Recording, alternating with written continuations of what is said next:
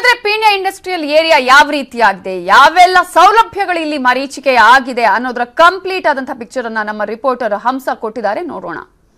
ಅಂತಾರಾಷ್ಟ್ರೀಯ ಮಟ್ಟದಲ್ಲಿ ಹೆಸರು ಮಾಡಿದಂತಹ ಪೀಣ್ಯ ಇಂಡಸ್ಟ್ರಿಗೆ ಈಗ ಮೂಲಭೂತ ಸೌಕರ್ಯಗಳ ಸಮಸ್ಯೆ ಎದುರಾಗಿರುವಂತದ್ದು. ಯಾಕೆಂತ ಹೇಳಿದ್ರೆ ಇಲ್ಲಿ ಸರಿಯಾದ ರಸ್ತೆ ವ್ಯವಸ್ಥೆ ಇಲ್ಲ, ಒಳಚರಂಡಿ ವ್ಯವಸ್ಥೆ ಇಲ್ಲ, ಬೀದಿ ದೀಪಗಳ ವ್ಯವಸ್ಥೆ ಇಲ್ಲ. ಸೊ ಈ ನಿಟ್ಟಿನಲ್ಲಿ ಪೀಣ್ಯ ಇಂಡಸ್ಟ್ರಿ ಲಾಸ್ ನಲ್ಲಿ ನಡೆದಿದೆ. ಖಂಡಿತವಾಗಿಯೂ ಹೌದು. ಯಾಕಂತ ಹೇಳಿದ್ರೆ ಇಲ್ಲಿ ಎಲ್ಲಾ ಸಮಸ್ಯೆಗಳಿರೋದ್ರಿಂದ ಯಾರು ಕೂಡ ಇಲ್ಲಿ ಇಂಡಸ್ಟ್ರಿಗೆ ಒಂದು ಪರ್ಚೇಸ್ ಅನ್ನ ಮಾಡೋಕಿರ್ಬೋದು, ಅಟ್ಲೀಸ್ಟ್ ಒಂದು ಕಾಂಟ್ರಾಕ್ಟ್ ಅನ್ನ ತೆಗೆದುಕೊಳ್ಳೋದಕ್ಕಿರ್ಬೋದು, ಯಾವುದಕ್ಕೂ ಬರ್ತಿಲ್ಲ ಅನ್ನುವಂತಹ ಒಂದು ಆರೋಪವನ್ನ ಈಗ ಪೀಣ್ಯ ಇಂಡಸ್ಟ್ರಿಯಲ್ ಸಂಘದಿಂದ ಮಾಡಿರುವಂಥದ್ದು.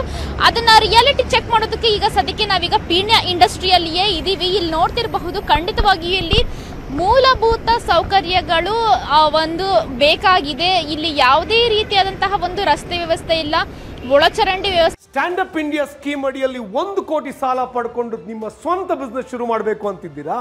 ಫ್ರೀಡಮ್ ಆಪ್ ಅನ್ನು ಡೌನ್ಲೋಡ್ ಮಾಡಿ ಅದರ ಸಂಪೂರ್ಣ ಡೀಟೇಲ್ಸ್ ಅನ್ನ ಈಗಲೇ ಪಡೆದುಕೊಳ್ಳಿ. ಇಲ್ಲ, ಜೊತೆಗೆ ಯಾವುದೇ ಒಂದು ಏರಿಯಾಗಳಲ್ಲಿ ನೋಡಬಹುದು ಸ್ಟ್ರೀಟ್ ಲೈಟ್ಗಳು ನಿರ್ವಹಣೆ ಆಗ್ತಿಲ್ಲ.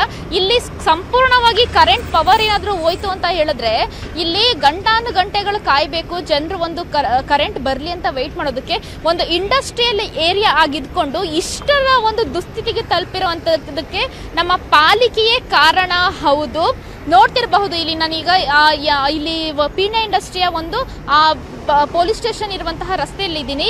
ಅಲ್ಲಿ ಈಗಾಗಲೇ ಈ ಒಂದು ಕಂಪ್ಲೀಟ್ ಆಗಿ ರೋಡ್ ಸುಮಾರು ಇಲ್ಲಿಂದ ಸ್ಟಾರ್ಟಿಂಗ್ ಇಂದ ಹಿಡಿದು ಎಂಡಿಂಗ್ ವರೆಗೂ ಸುಮಾರು 3-4 ಕಿಲೋಮೀಟರ್ ರಸ್ತೆ ಇದೆ. ಆ ರಸ್ತೆಯಲ್ಲೆಲ್ಲವೂ ಕೂಡ ಇದೇ ರೀತಿ ಪಾಟ್ ಹೋಲ್ ಇರುವಂತದ್ದು.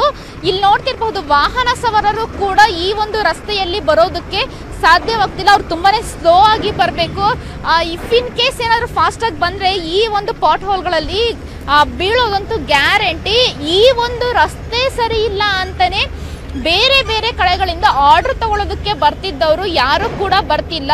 ಇದರಿಂದ ತುಂಬಾನೇ ಹೆಸರು ಮಾಡಿದಂತಹ ಒಂದು ಪೀಣ್ಯ ಇಂಡಸ್ಟ್ರಿಗಳಲ್ಲಿದ್ದಂತಹ ಯೂನಿಟ್ಗಳು ಕೂಡ ಈಗ ಲಾಸ್ ನಲ್ಲಿದೆ. 40-50% ಅಷ್ಟು ಲಾಸ್ ಅನ್ನ ಒಂದು ಅನುಭವಿಸ್ತಿದೆ. ಸೊ ನಮಗೆ ಚೇತರಿಕೆ ಕಂಡುಕೊಳ್ಬೇಕಾಗಿದೆ. ನಮಗೆ ಸರಿಯಾಗಿ ಮೂಲಭೂತ ವ್ಯವಸ್ಥೆಗಳಿಲ್ಲ ಅನ್ನುವಂತಹ ಒಂದು ಆರೋಪವನ್ನ ಈಗಾಗಲೇ ಇಲ್ಲಿ ಮಾಡ್ತಿರುವಂಥದ್ದು. ಸೊ ಅದಕ್ಕೆ ನಿದರ್ಶನ ಕೊಡುವಂತೆ ಇಲ್ಲಿನ ರಸ್ತೆಗಳನ್ನು ಕೂಡ ಪಾಲಿಕೆಯಿಂದ ಯಾವುದೇ ರೀತಿಯಾಗಿ ನಿರ್ವಹಣೆ ಮಾಡಿಲ್ಲ.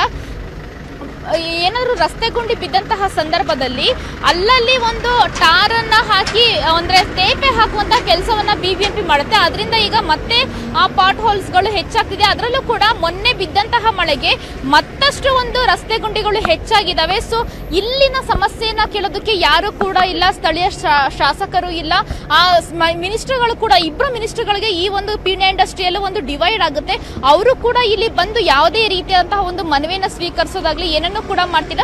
ಹೀಗಾಗಿ ಇಲ್ಲಿ ಕೆಲಸ ಮಾಡುವಂತಹ ಕೆಲಸಗಾರರಿಗೂ ಹೌದು, ಜೊತೆಗೆ ಪೀಣ್ಯ ಇಂಡಸ್ಟ್ರಿಯ ಒಂದು ಬೆಳವಣಿಗೆ ಕೂಡ ಕುಂಠಿತವಾಗೋದಕ್ಕೆ ಈ ಒಂದು ಮೂಲಭೂತ ಸೌಕರ್ಯಗಳು ಕಾರಣ ಅಂತ ಹೇಳ್ಬೋದು. ಸೊ ಇನ್ನಾದ್ರೂ ಎಚ್ಚೆತ್ಕೊಂಡು ಅಂತಾರಾಷ್ಟ್ರೀಯ ಮಟ್ಟದಲ್ಲಿ ಹೆಸರು ಮಾಡಿದಂತಹ ಪೀಣ್ಯ ಇಂಡಸ್ಟ್ರಿಯ ಹೆಸರನ್ನ ಇದೇ ರೀತಿ ಉಳಿಸ್ಕೊಂಡು ಹೋಗೋದಕ್ಕೆ ಪಾಲಿಕೆ ಕೆಲಸ ಮಾಡಬೇಕಾಗುತ್ತೆ. ಇಲ್ಲವಾದಲ್ಲಿ ಆ ಪೀಣ್ಯ ಇಂಡಸ್ಟ್ರಿ ಮತ್ತಷ್ಟು ದುಸ್ಥಿತಿಗೆ ಹೋಗುವಂತಹದಕ್ಕೆ ಪಾಲಿಕೆಯೇ ನೇರ ಹೊಣೆಯಾಗಿರುತ್ತೆ. ಕ್ಯಾಮ್ರಾ ಪರ್ಸನ್ ಯೋಗೇಶ್ವರ್ ಜೊತೆ ಹಂಸ ಶ್ಯಾಮಲ, ನ್ಯೂಸ್ 18 ಕನ್ನಡ, ಬೆಂಗಳೂರು. ಉಳಿದ ಅಪ್ಡೇಟ್ಸ್ ನೋಡೋಣ.